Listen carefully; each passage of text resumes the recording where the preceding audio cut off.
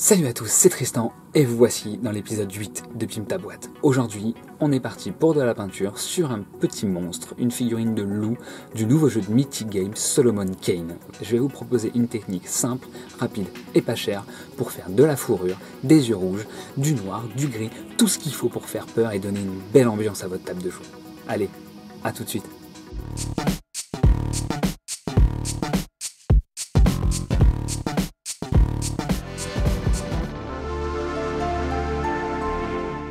Et ben, nous revoilà comme promis pour la peinture d'un loup de Solomon Kane. Je vous montre la figurine. C'est un petit loup, tout ce qu'il y a de plus classique, tout beau, tout mignon, sous-couché en noir. D'habitude j'utilise du Chaos Black, mais là j'en ai plus. J'ai sous-couché ça avec une bombe de Matte Black de chez Army Painter. C'est la première fois que je me servais de cette bombe. Écoutez, je suis plutôt satisfait du résultat. Elle a un côté un petit peu plus brillant que celui de Game Workshop, mais bon, franchement, le résultat est cool, ça fait le taf, vous pouvez y aller aussi, y a pas de... Alors, ce que je vous propose, c'est de vous faire découvrir aujourd'hui une technique rapide, simple et efficace. Vous allez pouvoir réutiliser ça sur toutes vos figurines. J'ai envie de vous montrer cette figurine aujourd'hui parce que je pense qu'elle va répondre particulièrement bien à cette technique. Cette technique, on appelle ça du brossage à sec. Le but du jeu, ça va être d'utiliser un pinceau que vous allez destiner quasiment que à ça, parce que vous allez l'éclater. Vous voyez, celui-ci là, ça c'est mon pinceau du moment, il n'était pas comme ça au départ, je peux vous l'assurer. Le but du jeu, ça va être de prendre de la peinture, d'essuyer un maximum votre pinceau pour laisser le moins de peinture possible dessus, et ensuite de venir frotter doucement le pinceau, comme je suis en train de le faire là, comme ça. En fait, les pigments qui vont rester sur les poils, vous enlèverez jamais tout en l'essuyant, et les pigments vont venir accrocher, mais que les parties saillantes de votre figurine. Ce qui fait que ça va tout de suite vous donner un effet de volume, parce que les ombres, les creux vont rester sombres, et les lumières vont tout de suite se poser sur les parties saillantes et un petit peu plus hautes. C'est ce qu'on appelle dans le jargon une technique de voleur. Parce que quand c'est bien fait, ça donne des très bons effets pour pas beaucoup de boulot. Ça va vous permettre de faire énormément de figurines. Quand vous en avez à faire à la chaîne, franchement, c'est la vie, quoi. Sans ce truc-là, je pense qu'il y a beaucoup de gens qui auraient jamais peint leurs figurines ou leurs armées. Et ben, pour le pelage du loup, je vous propose de partir sur un schéma gris et ivoire. Alors, on va utiliser quelques peintures. Je vais utiliser d'abord de l'échine grey, que je vais éclaircir avec du downstone, et ensuite je vais éclaircir quelques détails au Screaming Skull. Ça va vraiment être pour la partie pelage. Je pense que je vais pas utiliser de lavis sur le pelage, j'aurais pas besoin. Ensuite, pour ce qui est du socle, il est dans la forêt, le petit loup, donc j'ai prévu du Mountthorn Brown pour la souche, et du Castellan Green et du Rhinox, et du Dryad Bark, pardon, pour le sol. On va mélanger un peu les deux couleurs, ça va donner un truc très sympathique.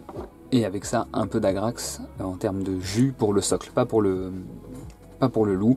Encore qu'on pourrait, je pense qu'à terme, c'est ce qui va se passer sur le bas du loup pour simuler un peu de terre, parce que le loup il est pas tout propre. Le matos que je vais utiliser, c'est toujours mon Raphaël taille 0, sauf que là, je sais pas si vous voyez, il a pris un tarif monumental, donc je m'en sers plus pour faire les détails parce qu'il est plus capable, le pauvre. Il a plus de pointe, il part en live, c'est une horreur, c'est normal, hein, le pinceau ça s'abîme. Mais c'est le même que d'habitude, j'en ai racheté d'autres. Mon pinceau pour brossage à sec, et ben pour le coup c'est un pinceau de maquillage que j'ai acheté chez Monoprix je crois. C'est un ombreur de précision, voyez-vous, c'est marqué dessus, vous devez pas le voir. Pas la peine de prendre des trucs très très chers, des pinceaux de maquillage vous pouvez en avoir à des prix assez exorbitants. Là on n'est pas sur du matos de professionnel, hein. Le but c'était d'avoir un pinceau qui soit rond. Là il l'est plus parce qu'il est vieux, mais à la base il était rond parce que je voulais éviter les spatules. On est parti, donc on va commencer par de l'échine grey.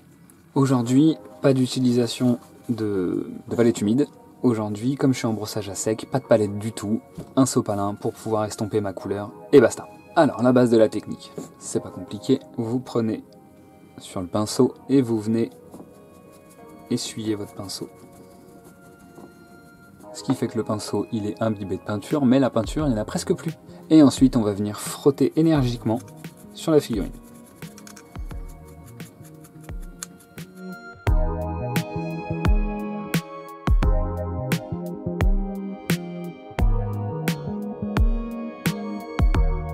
Voilà. Vous allez voir que vous allez devoir recharger votre pinceau assez rapidement parce que comme vous l'essuyez, vous gardez très peu de pigments dessus, ce qui fait que très rapidement, vous allez devoir reprendre un peu de peinture. Ça consomme un peu en peinture, mais franchement, ça vaut le coup. J'ai passé 2 petites couches là parce que comme c'est ma couche de base, je voulais qu'elle soit suffisamment épaisse pour cacher le noir, mais pour qu'on voit pas trop le noir. Voilà. Normalement, vous devez le voir quand même qu'il est plus noir. Après, c'est un gris très sombre, hein, donc sur une base de noir, ça se voit pas des masses, mais normalement, vous devez faire la différence entre le loup et le socle déjà. On va passer pour la première couche, j'ai fait dans tous les sens. Hein. J'ai frotté, vers le haut, vers le bas, dans tous les sens, on s'en fout. Le but du jeu, c'est de recouvrir le plus de surface possible. Comme je change pas de teinte, je nettoie pas mon pinceau entre deux. Je vais laisser le gris d'avant pour l'éclaircie, c'est pas très grave. Donc là, on passe au Dawnstone. Pareil, je prends de la peinture. Et cette fois-ci, je vais venir faire un mouvement comme ça. Du haut vers le bas de ma figurine. Et je vais jamais remonter du haut vers le bas.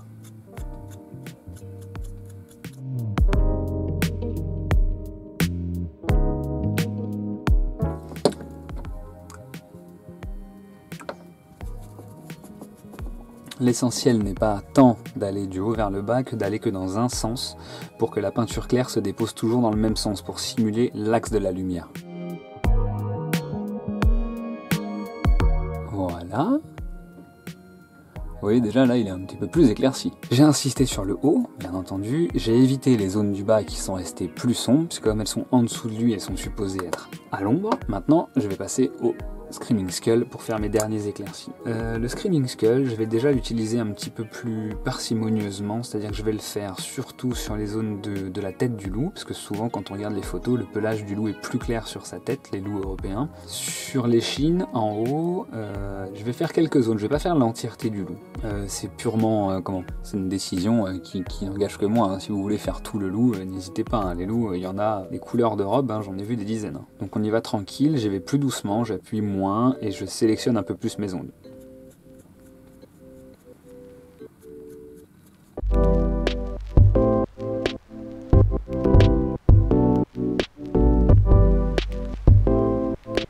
Voilà.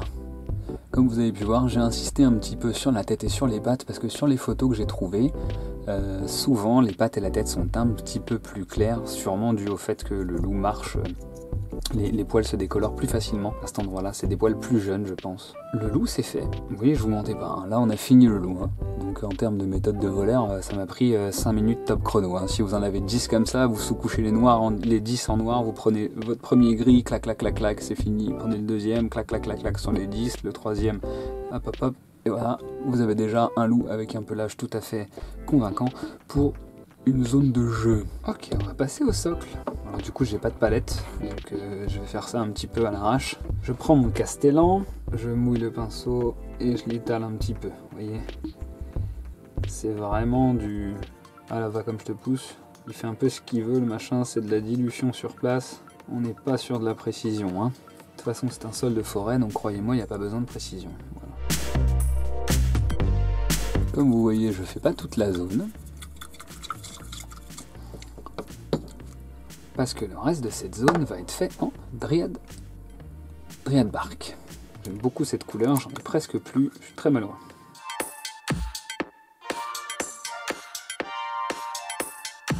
Vous inquiétez pas si vos transitions sont pas très propres, le lavis va venir corriger tout ça. Par contre, il faut bien faire toutes les zones. Pour ce qui est du bois, j'ai choisi une Mount Thorn Brown. Si vous l'avez pas, vous pouvez tout à fait faire le bois avec le Dryad Bark. Il n'y a pas de souci, hein. Moi, c'est parce que comme j'ai une gamme de peinture assez étoffée aujourd'hui, je me permets de changer de peinture. Mais vous n'êtes pas forcé. Vous voyez, on voit tout de suite que c'est pas le même marron. C'est-à-dire que de loin, visuellement, vous verrez que c'est du bois et que c'est pas du sol. Mais après, rien ne vous empêche de faire avec le même, hein. C'est une souche, elle est vieillie, plutôt pris la couleur terne de la terre que la couleur d'un bois noble, hein. Voilà. Et je trouve qu'il y a aussi un peu de rocher. C'est pas je trouve, il y en a, il y a des pierres. Et du coup, c'est parfait. On va reprendre l'échine grecque qu'on a déjà utilisée pour le loup. Et on va se faire les rochers avec.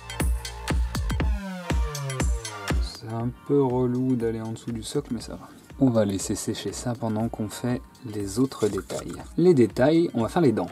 Alors les dents du loup, j'avais prévu de les faire en Screaming Skull, parce que bon, c'est pas des dents toutes neuves, le mec il se brosse pas les dents avec du Colgate, hein. Donc un ivoire, ça me paraissait pas mal. Hop, un petit peu d'ivoire, on y va tranquille, et on passe que sur les dents. Et dernier détail, du jaune, du Iriel Yellow, parce que il y a un truc qui caractérise le loup, je trouve, dans toutes les histoires, c'est les grands yeux jaunes qu'on voit dans la nuit. C'est le truc qui terrorise. On est dans le noir, dans la forêt, on entend les loups hurler, et d'un coup, clac clac, 2 billes jaunes fluo qui apparaissent au milieu de l'obscurité. Du coup, j'ai choisi le jaune le plus violent que j'avais, le truc le plus pété, quoi, la saturation maximum que j'ai dans ma truc à moi, du Iriel Yellow, Citadel Game Workshop. Les loups, les yeux du loup, ils sont tout petits sur la figurine, mais ils sont dessinés.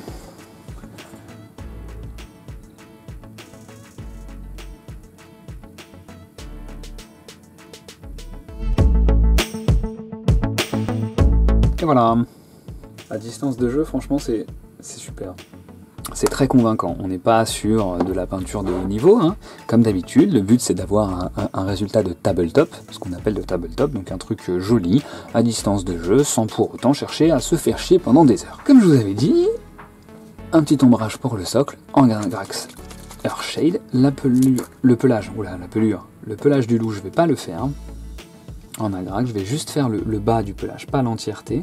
Parce que j'aime bien, je mets pas toujours de la vie. Quand je fais plusieurs brossages successifs, je cherche à garder ce côté un petit peu crayeux, un petit peu rustre, et je veux pas tout adoucir avec le lavis.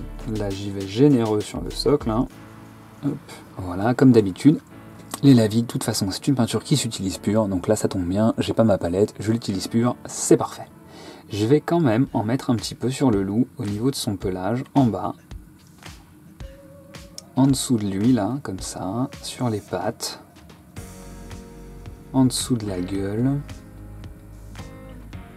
Et je l'utilise pur, je le dépose. Je fais en sorte que ce soit pas propre, que ce soit salissant. C'est des taches de... C'est un loup qui vit dans la forêt, il doit se laver dans l'eau de ruisseau ou dans la boue. Faites pas ça avec votre pinceau neuf parce que il va pas aimer. Et j'aime bien rajouter des couleurs sur la figurine qui soient présentes sur le socle, parce que ça va unifier la figurine à son socle. Ça va permettre de donner un côté, ça va permettre de lier les deux. Ça va donner du lien à votre figurine. Ça va l'incruster dans son décor. Ce sera pas un socle avec une figurine posée dessus. Ce sera vraiment un tout. Je trouve que les socles de Solomon Kane sont très bien, ils sont sculptés, ils sont beaux, ils ont fait des efforts, les figurines sont très bien posées dessus, elles ont l'air d'être dans leur environnement naturel et ce serait dommage de ne pas renforcer ça en créant une couleur. Là, ce qui se passe, c'est que pour le faire, j'utilise la shade Agrax Earthshade de marron pour faire mes ombres du sol et simuler le fait que le loup a marché sur la terre. Ce côté marron va lier les deux, vraiment. Ensuite, ce que je vais faire, je vais pas vous le montrer parce que franchement, il n'y a pas d'intérêt. Je vous la décale. C'est juste que quand j'ai fait mon lavis et tout ça, j'ai dégueulassé mon socle. Vous voyez, le bord du socle, là, il est vraiment pas propre. Je vais juste le reprendre avec du noir. Je vais faire le contour pour que ce soit tout beau, que ce soit bien délimité, que le socle soit délimité de la figurine. Ça aussi, ça va permettre de vous rendre un effet waouh sur la table. Le fait de se rendre compte que la figurine est posée sur quelque chose, le noir va vous permettre de créer un contraste tout de suite. Alors là, on s'est arrêté sur une peinture facile, rapide. Je vais zoomer pour vous montrer un peu plus. Voilà. Là, présentation du rendu final.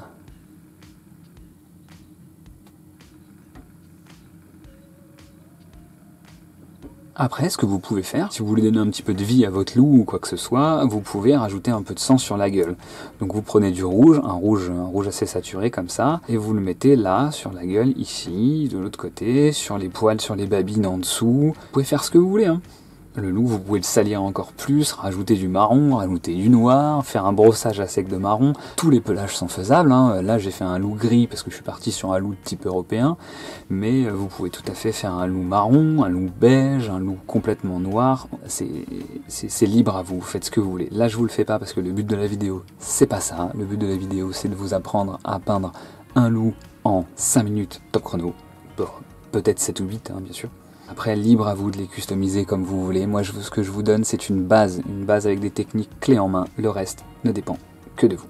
Voilà, l'épisode 8 de Pimpe ta boîte est maintenant terminé. J'espère qu'il vous aura plu, j'ai pris beaucoup de plaisir à le faire et j'espère qu'il a été assez clair pour vous permettre de comprendre la technique et de pouvoir la reproduire chez vous. Si ça vous a plu, n'hésitez surtout pas à lâcher un petit pouce bleu, à vous abonner à la chaîne de So Many Bits. Sur ce, je vous dis à la prochaine.